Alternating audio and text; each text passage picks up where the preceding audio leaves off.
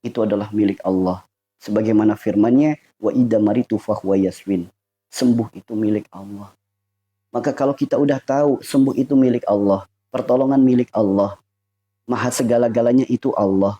Allah di mana? Allah berfirman, aku dekat sedekat urat nadimu.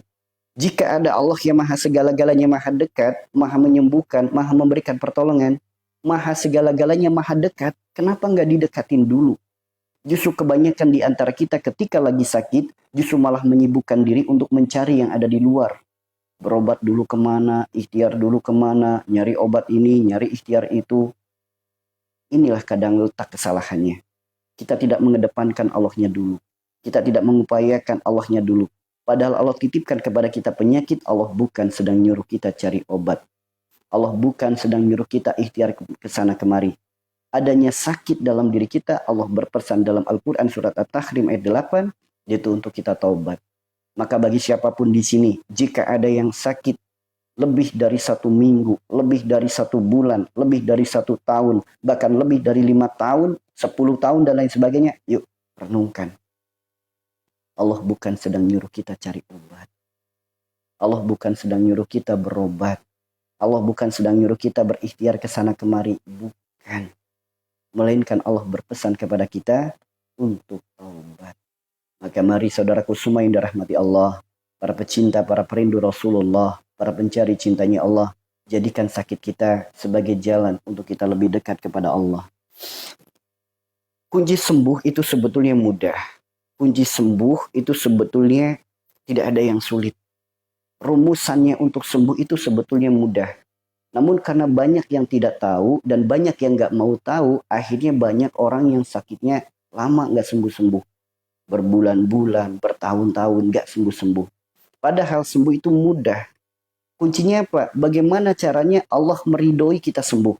Andaikan Allah sudah meridhoi kita sembuh, Allah sembuhkan, sembuh semuanya. Karena ketika Allah sudah meridhoi kita sembuh, tidak ada yang tidak mungkin jika Allah yang udah ikut andil. Tidak ada yang mustahil jika Allah sudah ikut andil. Yang jadi pertanyaan, bagaimana ikhtiar kita agar membuat Allah ridho menyembuhkan penyakit kita? Itu yang harus jadi pertanyaan. Bagaimana cara ikhtiar kita agar membuat Allah ridho menyembuhkan penyakit kita? Tidak ada satupun, tidak ada satupun manusia di muka bumi ini yang bisa menyembuhkan penyakit. Tidak ada. Tidak ada. Maka mari sama-sama kita belajar. Yuk. Kita sama-sama belajar, jadikan sakit kita justru pijakan anak-anak tangga untuk kita lebih dekat kepada Allah. Sembuh itu mudah, teman-teman. Sembuh itu mudah. Kuncinya adalah melakukan ketaatan. Itu kuncinya. Karena gini, sakit itu kan teguran. Ya, kalau kita nggak usah bicara dulu ujian. Roman-romannya kalau saya sakit itu belum kategori ujian. Soalnya sakit dalam kategori ujian adalah sakitnya para nabi. Sakitnya para kekasih-kekasih Allah, itu sakitnya ujian. Kalau para pendosa seperti kita, syukur-syukur sakitnya teguran. Boleh jadi sakitnya azab. Karena sakit itu ada 3, ujian, teguran, azab. Nah, ujian itu kayak gimana? Ujian itu di saat ibadah kita lagi baik, segala ketaatan kita kerjakan, sunnah pun kita kerjakan, dengan siapapun silaturahimnya baik, nah, dikasih sakit. Itu namanya ujian. Kan sulit itu roman-romannya kalau kita belum mencapai titik itu kayaknya. Yang kedua, kategori teguran. Ibadahnya baik, segala ketaatan dikerjakan, silaturahim juga baik, namun sering mengulang-ulang kesalahan. Sering melakukan kesalahan, tetap melakukan kesalahan. Padahal ibadahnya baik, silaturahim juga baik. Namun terkadang sering melakukan kesalahan. Contoh, ibadahnya rajin, silaturahimnya rajin, tapi terkadang ketidakmampuan dalam menata hati akhirnya menjadi penyakit-penyakit hati. Nah, datangnya sakit, nah itu teguran. Nah, ada lagi nih, sholatnya bolong-bolong, sholatnya boro-boro, sekalinya sholat buru-buru, sodakoh jarang-jarang. Kemudian sunnah gak pernah dikerjakan, sholat malam gak pernah, silaturahim banyak masalah, dengan tetangga tidak akur. Dikasih sakit, boleh jadi itu kategori azab. Maka mari sama-sama kita renungkan, jadikan sakit kita sebagai pijakan anak-anak tangga untuk kita lebih dekat kepada Allah.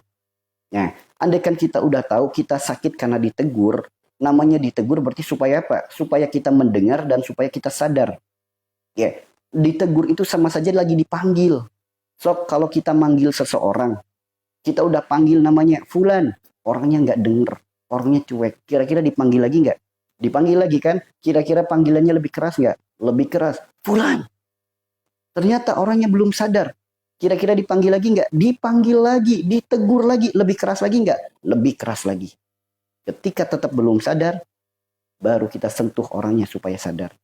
Nah, itu gambaran. Allah tegur kita berulang kali, namun kitanya nggak sadar-sadar. Maka datanglah penyakit sampai kita tidak bisa ngapa-ngapain, itu harusnya kita sadar. Namun tetap ada juga yang udah ditegur dengan penyakit sampai dia tidak bisa apa-apa, dia tetap tetap belum sadar. Maka dalam Al-Quran disebutkan, apakah nunggu mati dulu baru kita sadar? Ketika orang sudah mati, mereka ingin dihidupkan kembali. Ya Allah, hidupkanlah hamba kembali 1 hari. Untuk apa sih? Untuk melakukan kebaikan. Apakah nunggu mati dulu baru kita sadar akan kesalahan, baru kita sadar akan dosa? Padahal Rasulullah bersabda, tidaklah Allah titipkan penyakit, melainkan Allah gugurkan dosa. Adanya sakit penyebabnya adalah dosa. Gerbang daripada dosa adalah sifat perilaku perbuatan. Berarti adanya penyakit kita karena adanya kesalahan sifat, kesalahan perilaku, dan kesalahan perbuatan kita. Jadi penyakit itu bukan dari makanan, bukan dari orang lain, bukan dari tempat, bukan dari rumah, bukan dari gunung, bukan dari jalan, bukan dari mana-mana. Penyakit itu datangnya dari diri kita sendiri. Kesalahan kita sendiri, sifat perilaku perbuatan kita sendiri. Bahkan sekarang tuh lucu, padahal zaman udah milenial, teknologi udah canggih, pola pikir udah berkembang, segala ilmu udah luar biasa. Kok masih ada orang zaman sekarang sakit nyalahin kamar mandi? Oh, ini sakitnya gara-gara dari kamar mandinya yang salah. Oh, gara-gara pintunya yang salah. Oh, gara-gara rumahnya menghadapnya salah. Oh, gara-gara kamarnya seperti ini. Oh, gara-gara sumurnya. Masih ada nggak orang yang sakit menyalahkan bangunannya, menyalahkan kamarnya, menyalahkan rumahnya? Masih ada nggak? Padahal zaman udah milenial. Kirain sudah nggak ada orang yang berpola pikir primitif. Ternyata masih banyak, teman-teman. Masih banyak sekali. Bahkan sekarang zaman udah milenial. Ilmu agama udah berada di mana-mana. Kita belajar ilmu agama tuh udah begitu mudah. Karena banyak sekali majelis-majelis ilmu, banyak sekali majelis-majelis taklim, baik secara langsung maupun secara online itu udah banyak sekali. Namun masih ada aja orang yang percaya dengan dikasih selembar kertas, fotokopian, ditempel di pintu, ditempel di jendela, katanya sebagai tolak bala supaya penyakit tidak datang lagi. Ini perasaan 2024, zaman milenial itu pola pikir udah pada cerdas gitu harusnya. Namun masih berpikir primitif. Selembar kertas fotokopian ditaruh di jendela, ditaruh di pintu sebagai tolak bala. Emang penyakit datangnya ketok pintu dulu lewat pintu? Penyakit kan datangnya dari diri kita sendiri, bukan lewat pintu. Kenapa pintu yang dipagerin? Kenapa bukan hati sendiri yang kita pagerin? Kenapa bukan diri sendiri yang kita pagerin? Nah, itu teman-teman. Ya, tuh. Makanya jangan percaya lagi dengan kayak gitu. Emang penyakit datangnya permisi dulu? Emang penyakit datangnya dari luar rumah? Lah kagak, dari diri kita sendiri. Kata siapa? Rasulullah yang bersabda, tidaklah Allah titipkan penyakit, melainkan Allah gugurkan dosa. Adanya sakit, penyebabnya adalah dosa. Bahkan rasa sakitnya tertusuk duri saja penyebabnya dosa. Apalagi rasa sakit vertigo, ambeien, saraf kejepit, stroke, diabetes, darah tinggi, darah rendah, asam lambung, penyakit jantung.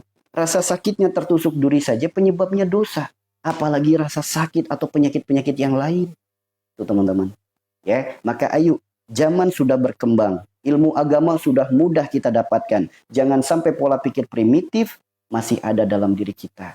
Sakit masih nyalahin rumah. Sakit nyalahin pohon. Sakit nyalahin bangunan. Sakit nyalahin makanan. Nah, ini juga masih banyak orang yang sakit menyalahkan makanan. Padahal Allah sudah berfirman, Allah sudah berfirman, Rabbana ma khalaqta hada batila, tidak ada satupun yang Allah ciptakan sia-sia. Makanan tidak akan mungkin menjadi penyakit selagi makanan itu halal. Jadi makanan tidak akan menjadi penyakit selagi makanan itu halal. Yang kedua, makanan tidak akan menjadi penyakit selagi makanan itu tidak subhat. Makanan tidak akan menjadi penyakit selagi kita berdoa terlebih dahulu sebelum memakannya. Makanan tidak akan menjadi penyakit selagi kita makan dengan cara yang benar dan tidak berlebihan. 4 kunci ini sebagai modal bahwasanya makanan tidak akan menjadi penyakit.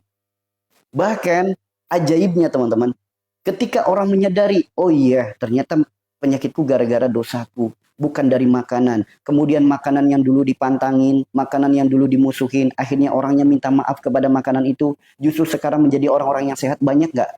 Sekarang yang mengikuti room ini, yang dulu punya pantangan, gak boleh makan nasi putih, diabetes tinggi, gak boleh makan garam, darah tinggi dan lain sebagainya. Kemudian kita minta maaf dengan makanan yang dulu pernah dipantangin, minta maaf dengan makanan yang dulu dimusuhin. So, mulai membaik gak keadaannya? Mulai membaik gak kesehatannya? Karena gini teman-teman, makanan itu tidak salah.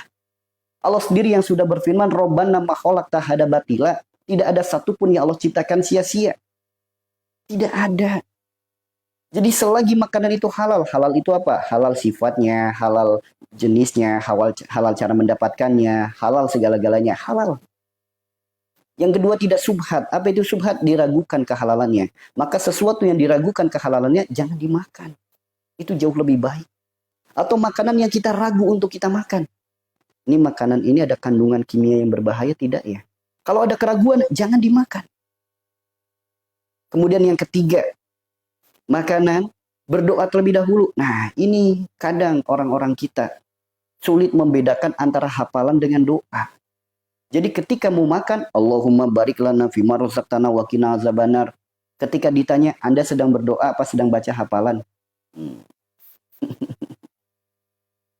Ya, Anda sedang berdoa apa sedang sedang setor hafalan? Karena kebanyakan orang ketika makan bukan doa, tapi karena hafal.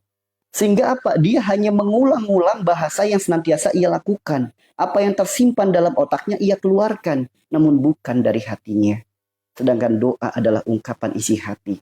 Karena hati adalah satu-satunya perantara hubungan kita dengan Allah, hati adalah satu-satunya alat komunikasi kita dengan Allah. Kalau kita hanya sebatas menyampaikan apa yang terekam di otak, itu namanya hafalan. Maka lagi doa pun gak ada rasanya. Ibarat kado gak ada isi, kosong. Kulitnya doang yang bagus, bungkusnya doang yang bagus, tapi isinya kosong.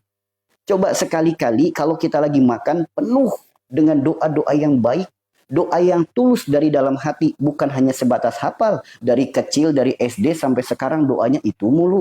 Ditanya, itu artinya apa? Gak tahu. Berarti selama ini apa yang didoakan? Gak tahu.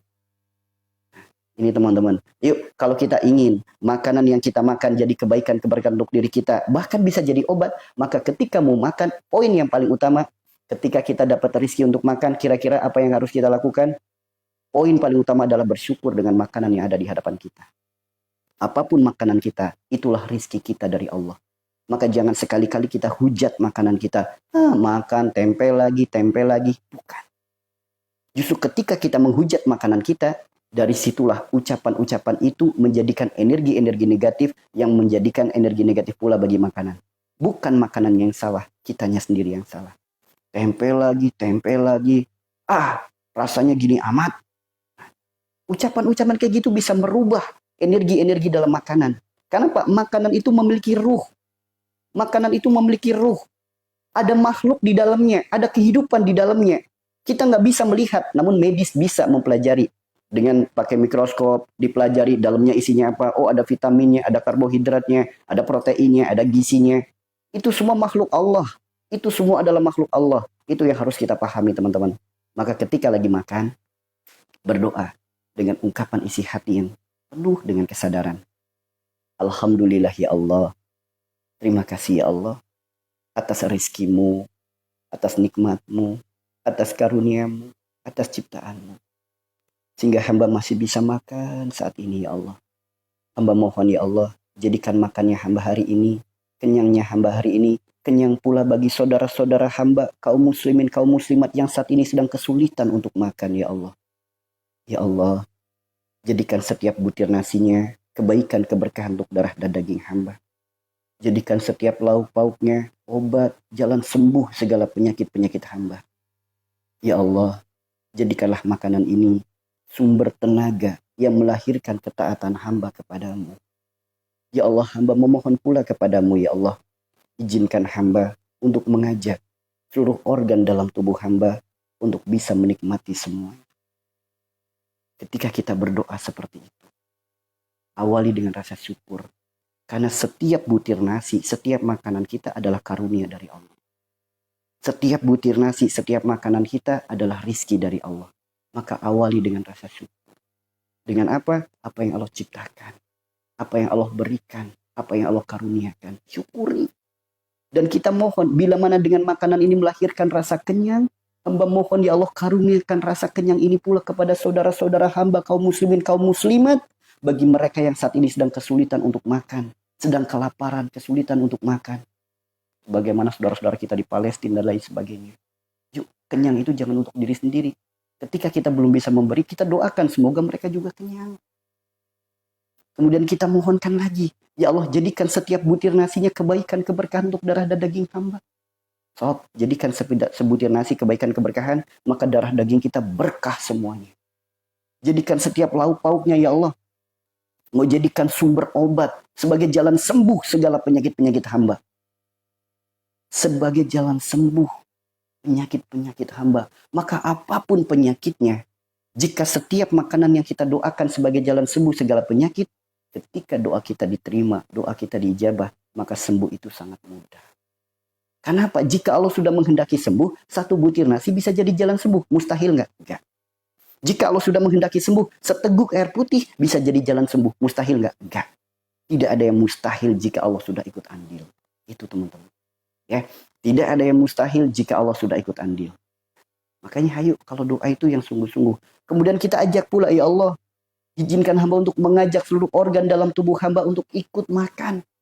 Organ dalam tubuh kita itu apa? Ada jantung, ada paru, ada liver, ada lambung, ada usus, ada mata, ada telinga, ada mulut, dan lain sebagainya. Untuk apa? Ikut makan. Dalam arti apa? Bila mana dalam makanan itu ada vitamin.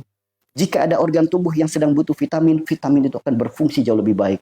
Proteinnya, karbohidratnya, nutrisinya akan berfungsi jauh lebih baik. Bila mana ada organ tubuh yang sedang bermasalah, butuh kandungan-kandungan tertentu, gizi dan lain sebagainya, mereka akan berfungsi jauh lebih baik. Tuh teman-teman, dari makan saja itu bisa jadi kebaikan, keberkahan untuk darah daging kita. Bukan hanya baik berkah, bahkan ketika jadi sumber tenaga yang melahirkan ketaatan.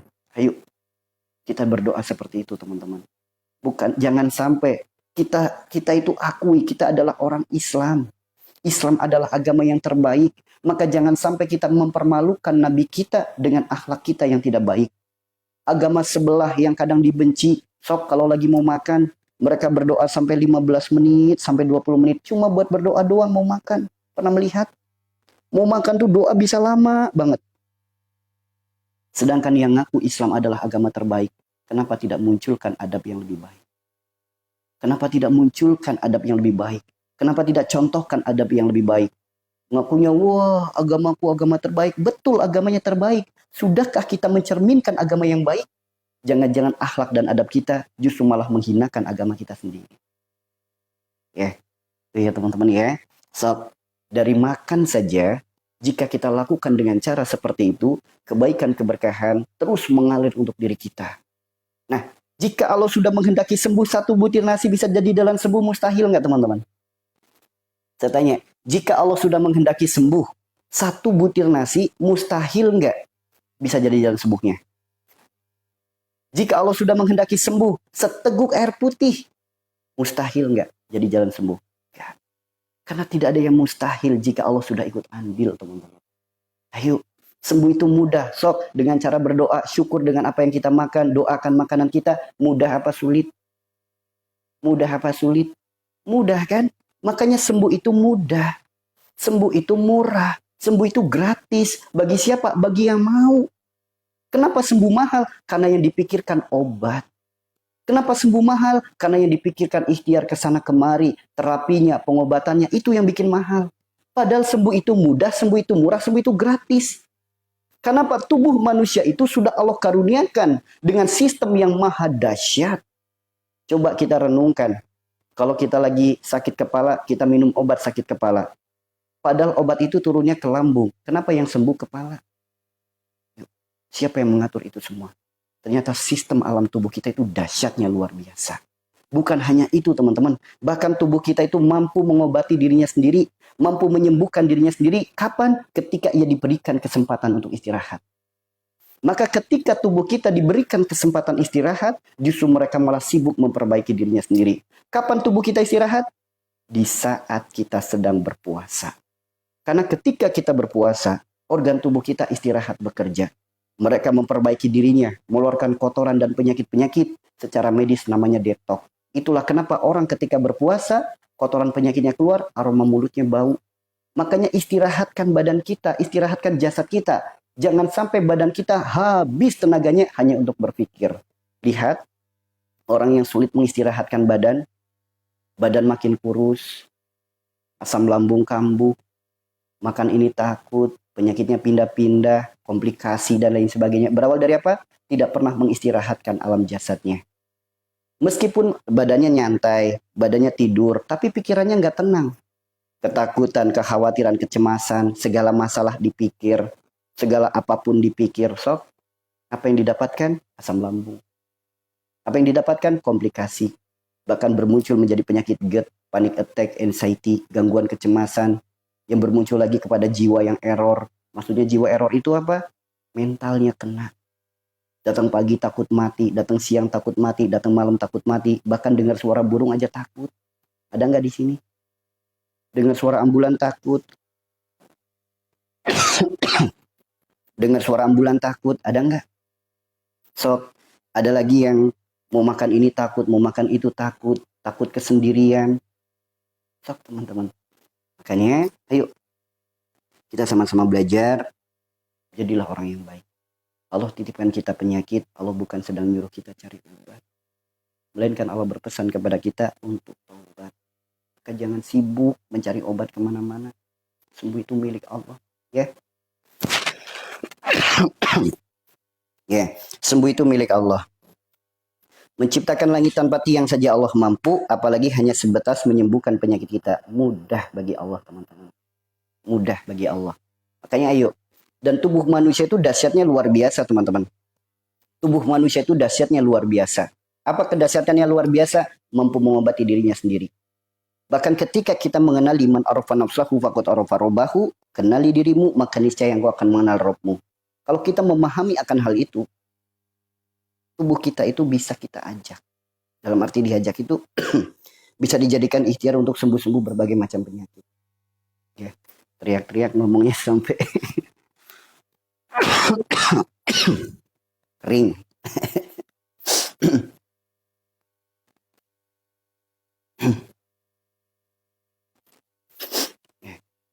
Ini ada yang bertanya, maaf Ustaz, saya sering istirahatkan tubuh pada malam hari, malah kena penyakit. Maaf, bagaimana solusinya? Tidur itu belum kategorinya istirahat tubuh. Karena apa? Yang namanya tidur itu melepas segala pikiran. Mengistirahatkan tubuh. Nah, itu yang namanya istirahat. Namun kalau tidur, pikirannya nggak tenang, pikirannya masih mikirin apa aja dipikirin, nah itu belum tidur namanya. Ya, itu ya, paham teman-teman? Jadi yang namanya tidur itu, pikiran juga ikut tenang. Badannya tidur, pikirannya nggak tenang. Bangun tidur, pikirannya masih berkecamuk. Segala apa dipikir, segala apa dikhawatirkan. Berarti itu bukan tidur namanya. Berarti itu bukan tidur namanya. Ya, itu bukan tidur. Jadi yang dimaksud istirahatkan jasad itu, jangan sibukkan jasad kita untuk perkara dunia terus. Oh, jadi jangan sibukkan jasad kita untuk dunia terus. Kadang orangnya diem, hatinya penuh dengan keinginan, harapan, angan-angan dunia. Berarti tidur nggak? Enggak. Badannya diem, badannya tidur, tapi pikirannya mikirin masalah, hutang, cicilan, dan lain sebagainya. Berarti dikategorikan istirahat nggak? Enggak. Istirahat itu total. Karena istirahatnya badan itu hanya satu, puasa. Puasa, teman-teman. Ya.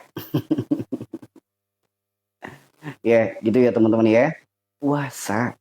Karena nggak dipungkiri gini, bahkan dalam sebuah penelitian, ketika kita makan, makanan satu piring itu bisa melahirkan bisa menjadikan tenaga, digambarkan itu bisa untuk mengangkat 20 galon. Ya. Jadi makanan satu piring itu kalau diibaratkan itu bisa menjadi tenaga yang bisa ngangkat untuk 20 galon. Namun tenaga itu hanya habis 5 menit untuk berpikir. Jadi orang berpikir itu sangat menguras tenaga. Jadi orang berpikir itu sangat menguras tenaga. Itulah orang berpikir. Makanya justru capek yang paling capek adalah capek pikiran.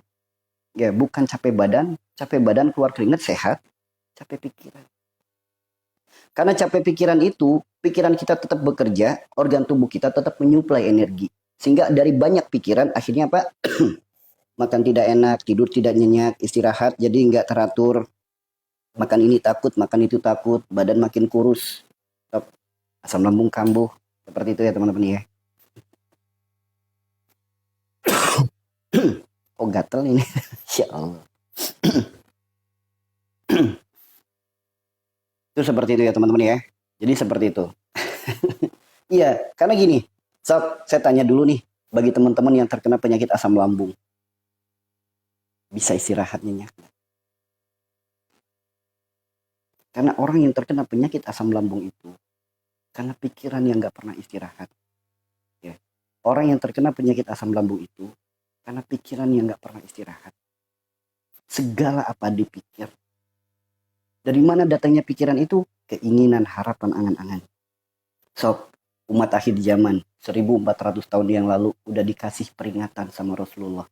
Akan ada umatku di akhir zaman. Zaman di mana hampir semua umatku terkena penyakit wahan. Ya, terkena penyakit wahan. Wahan itu apa? Berawal dari ubud dunia, berujung pada takut mati. Zaman sekarang disebutnya penyakit anxiety. Gejalanya berawal dari apa? Asam lambung. Maka apa yang disabdakan Rasulullah terbukti hari ini, terbukti saat ini. Bahkan di majelis kami pun membuktikan dengan jelas 90% pasien yang datang ke tempat kami itu penyakitnya anxiety, asam lambung, penyakit GERD, panic attack, anxiety. Itu 90%.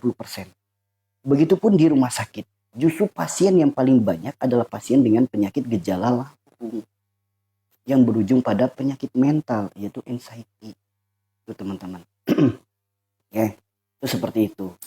Jadi ternyata pikiran itu sumber, teman-teman. Sumber penyakit jika kita tidak mampu mengendalikan. Itu pikiran. Sob, bagaimana caranya supaya kita nggak banyak pikiran? Ini teman-teman. Hidup itu selalu berdampingan dengan masalah.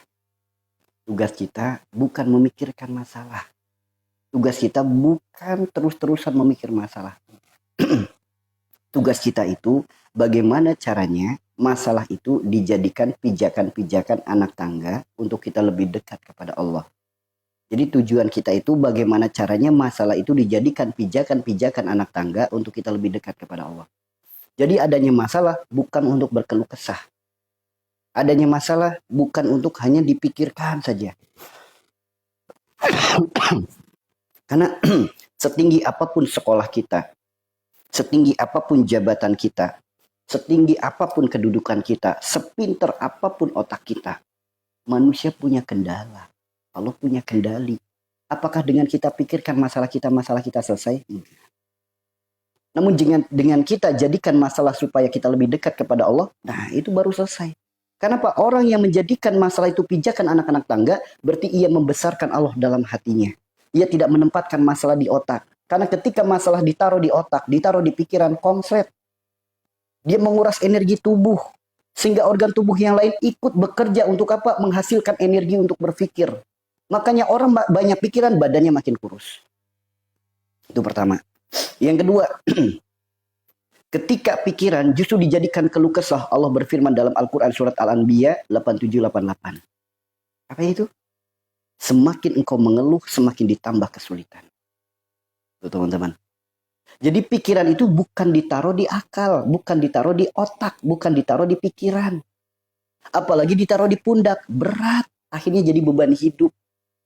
Jadikan masalah itu tempatkan di bawah telapak kaki kita.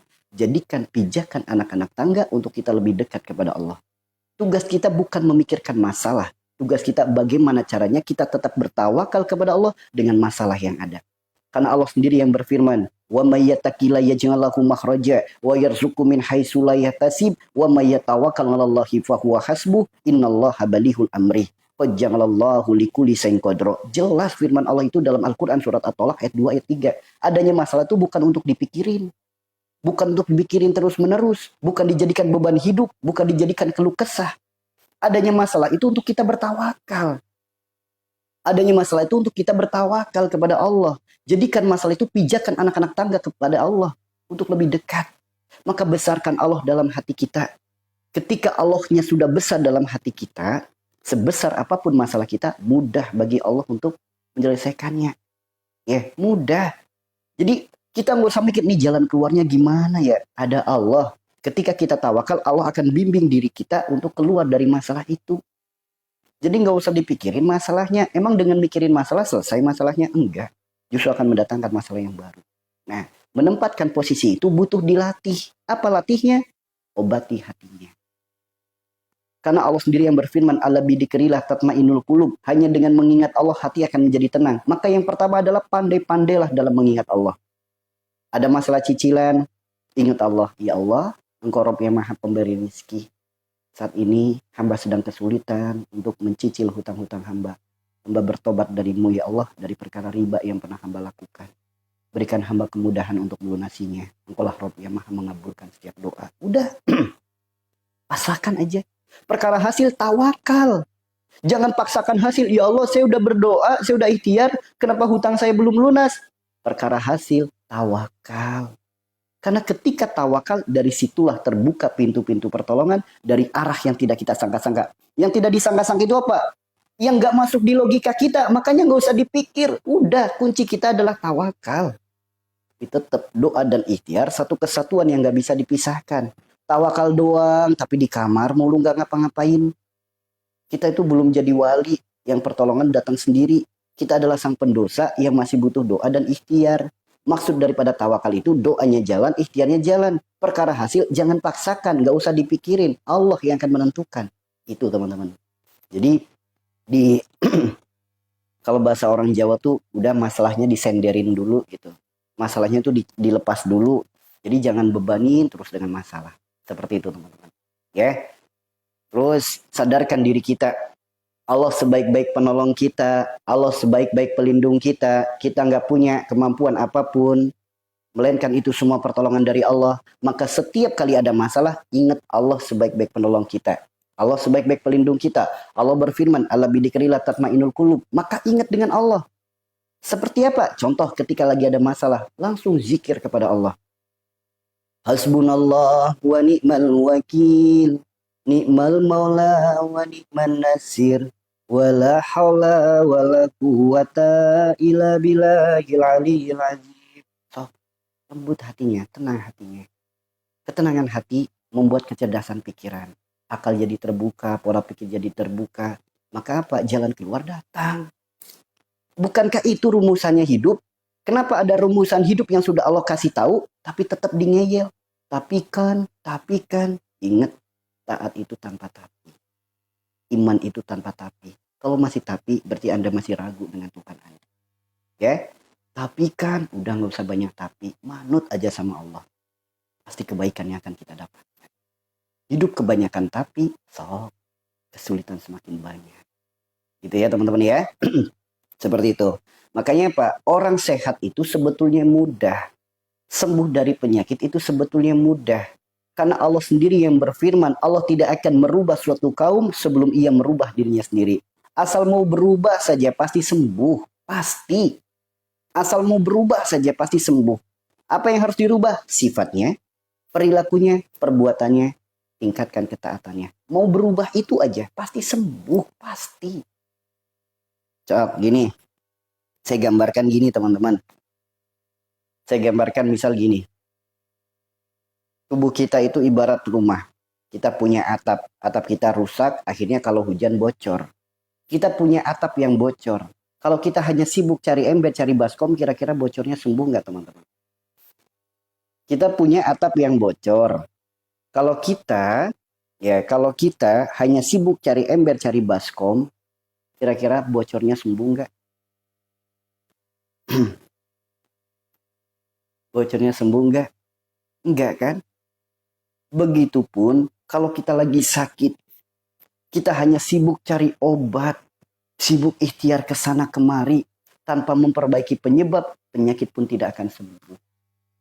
Oke. Betul, dengan adanya ember ada baskom, air yang bocor tidak kemana-mana. Betul, dengan kita berobat, kita ikhtiar, setidaknya mengurangi rasa sakitnya. Apakah menyembuhkan? Kalau kita ingin sembuh, perbaiki penyebabnya. Oh, penyebab bocornya apa? Atap yang rusak. Maka atap yang rusaknya perbaiki. Oh, penyebab penyakitnya apa? Dosa. Makanya sifat perilakunya diperbaiki. Tuh teman-teman, dari sini paham? Biar nggak salah kaprah teman-teman. Biar nggak salah kaprah. Jadi jangan sibukkan diri kita untuk berobat, untuk cari obat, untuk kesana kemari, ikhtiar kesana kemari. Tugas kita itu bukan untuk cari obat, melainkan pesan Allah. Silakan dibuka dalam Al-Quran surat At-Tahrim ayat 8. Apa pesan Allah? Ya ayyuhalladzina amanu tubu ilallahi taubatan nasuha. Ternyata perintah Allah tuh nyuruh kita tobat, bukan cari obat. Nah, obat mah nomor sekian dah. Nomor sekian.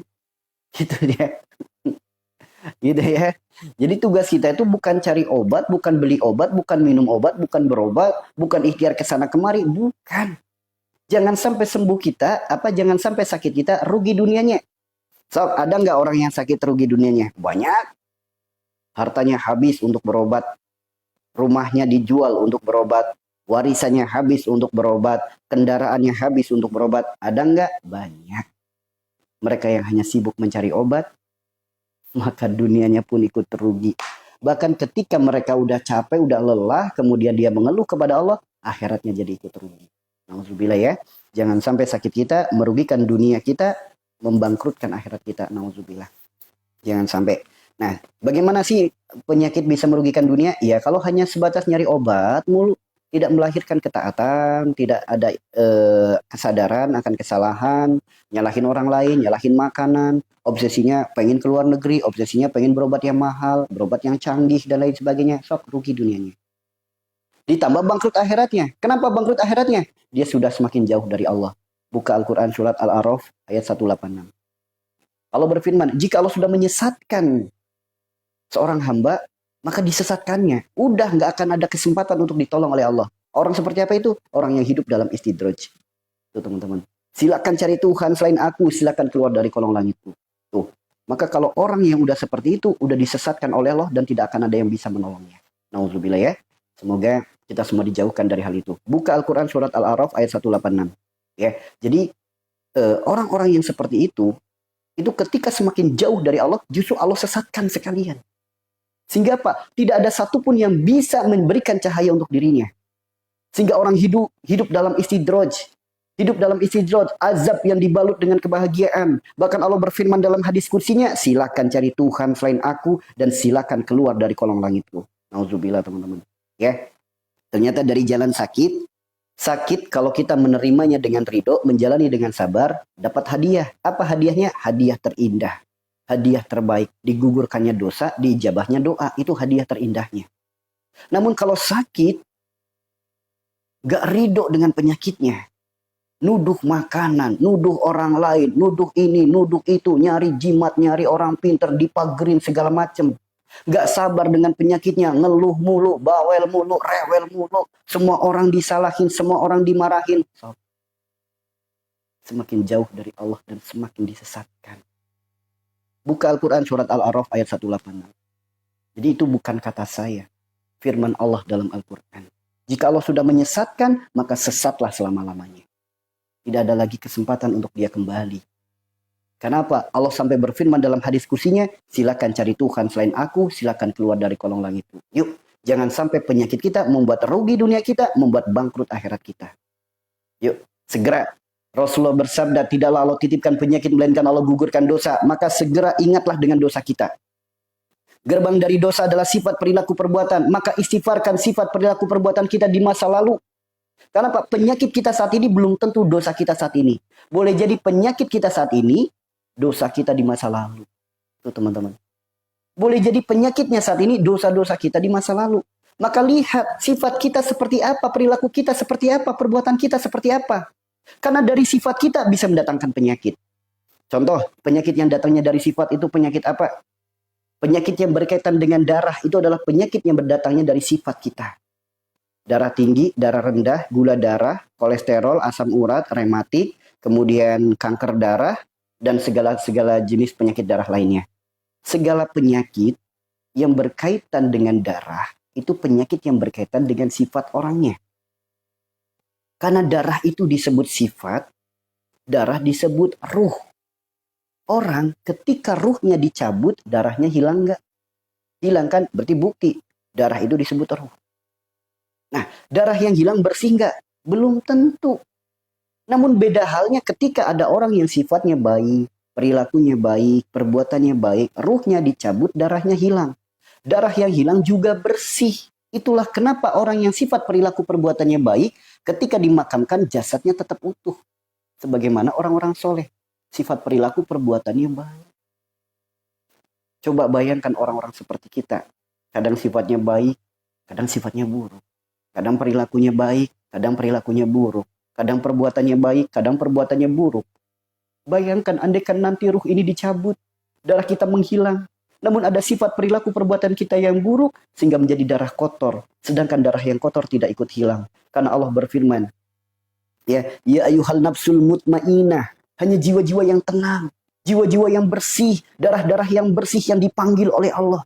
Sedangkan yang kotor masih mengendap dalam organ dalam tubuh kita. Begitu dimakamkan, dari darah kotor itulah muncul bibit-bibit belatung yang menggerogoti jasad kita. Dari situlah penyakit-penyakit yang berkaitan dengan darah, penyakit yang berkaitan dengan sifat orang.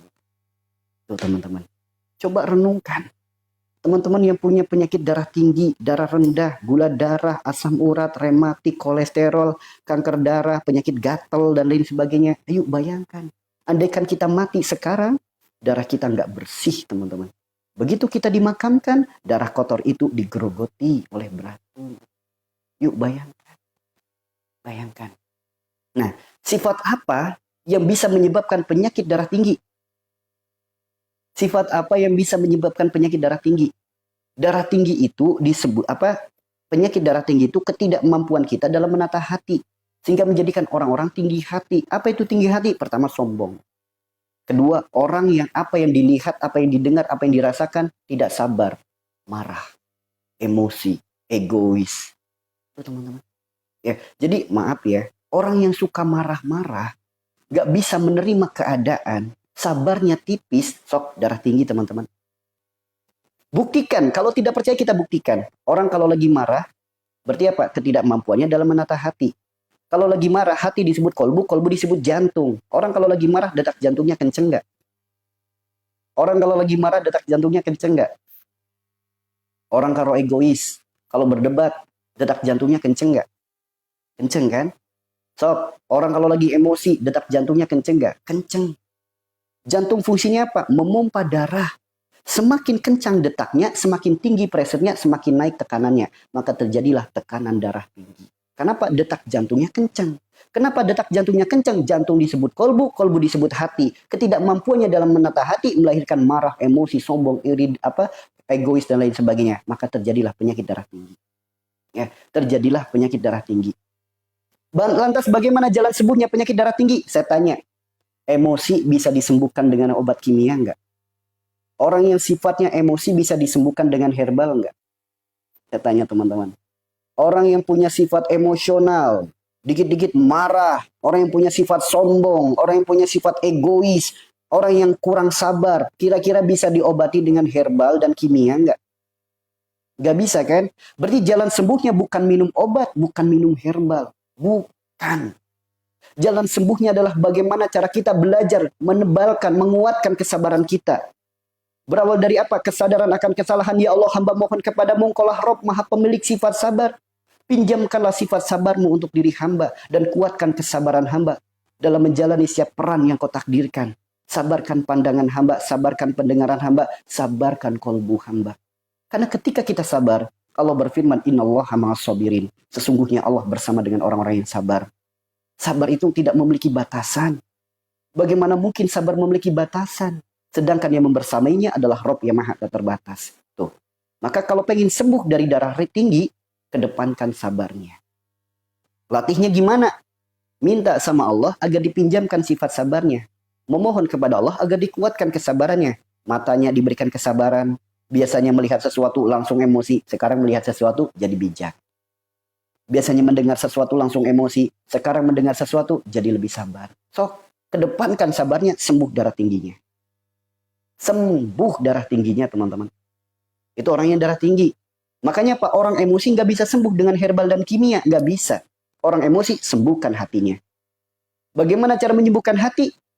Obati hatinya. Bagaimana caranya? Hanya dengan jalan ketaatan. Obat hati itu ada 5 perkara. Kerjakan semuanya, sembuh penyakitnya. So, kalau nggak percaya, praktekin. Pasti sembuh. Kenapa saya katakan pasti? Karena Allah yang menjamin sembuh. Yang pertama, baca Quran dan maknanya. Tuh. Yang pertama, baca Quran dan maknanya. Allah berfirman dalam Al-Quran surat Yunus ayat 57. Ya ayuhan nas, qad ja'akum mau'idhatum min rabbikum wa shifaa'un lima fis sudur wa huda wa rahmatul lil mu'minin. Itu firman Allah. Hei manusia, sini. Aku kasih tahu. Ada obat segala penyakit dalam dadamu. Ada obat segala penyakit dalam tubuhmu. Ada obat segala penyakit dalam kehidupanmu. Obat terbaik. Obat apa itu ya Allah? Al-Quran. So, buka Al-Quran surat Yunus ayat 57. Itu petunjuknya. Oke. Kemudian yang kedua, sholat malam dirikanlah. Rajin gue sholat malam. Kenapa? Karena Allah turun ke langit bumi di sepertiga malam. Siapa yang meminta ampunan, Allah ampuni. Siapa yang meminta, Allah beri. Siapa yang memohon, Allah kabulkan. Ya udah, we rajin-rajin bangun di sepertiga malam. Tinggal minta sama Allah. Minta ampunan yang paling utama. Yang ketiga, yang keempat, yang kelima. Silakan teman-teman udah tahu, kerjakan semuanya. Nah, itu ya teman-teman ya. Lantas bagaimana dengan orang yang darah rendah? Darah rendah adalah orang yang memiliki mental yang lemah. Sehingga orang yang punya penyakit darah rendah, hidupnya sulit bahagia. Ya, orang yang terkena penyakit darah rendah, hidupnya sulit bahagia. Kenapa? Mentalnya lemah.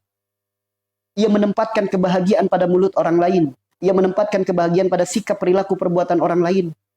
Apa yang orang lain ucapkan tidak sesuai dengan dirinya, tersinggung, baper, sedih, nangis, kecewa, sakit hati. Ketika ada sikap orang lain, perilaku orang lain, perbuatan orang lain yang tidak sesuai dengan dirinya, tersinggung, baper, sedih, nangis, kecewa, sakit hati. Sob, orang yang terkena penyakit darah rendah, gampang tersinggung nggak? Baperan nggak? Suka ngebatin nggak? Gampang bersedih nggak? Mudah kecewa nggak? Mudah sakit hati nggak? Sob. Sob, teman-teman. Orang yang terkena darah rendah gitu nggak? Gampang tersinggung, mudah sakit hati, gampang ngebatin, gampang kecewa, gampang bersedih. Iya termasuk. Iya. Makanya Pak, saya tanya, orang baperan bisa sembuh nggak minum herbal sama kimia? Orang yang dikit-dikit ngebatin, dikit-dikit kecewa, dikit-dikit nangis, bisa sembuh nggak dengan herbal dan kimia? So, teman-teman. Sekali lagi saya tanya, orang baperan itu bisa sembuh nggak dengan herbal dan kimia? Orang yang suka ngebatin itu bisa sembuh nggak dengan herbal dan kimia? Orang yang gampang kecewa itu bisa sembuh nggak dengan herbal dan kimia? Makanya kalau pengen sembuh dari darah rendah, bukan herbal, bukan kimia solusinya. Apa sih? Perbaiki sifatnya. Kan tadi udah dikasih tahu, segala penyakit berkaitan dengan darah, penyakit yang berkaitan dengan sifat. Kalau pengen sembuh dari penyakit itu, perbaiki sifatnya. Perbaiki sifatnya. Jadi perbaiki sifat, bukan sibuk cari obat. Bukan. Perbaiki sifat. Ya. Jadi mulai sekarang kalau pengen sembuh dari darah rendah, yuk merdekakan diri kita. Belajar sabodo teing dengan orang lain. Maksudnya sabodo teing itu apa? Bodoh amat dengan ucapan orang lain. Orangmu berkata apa? Biarkan. Jangan sampai mulut dia, dosa dia kepada Allah menjadi penyakit dalam diri kita. Rugi. Ya, rugi.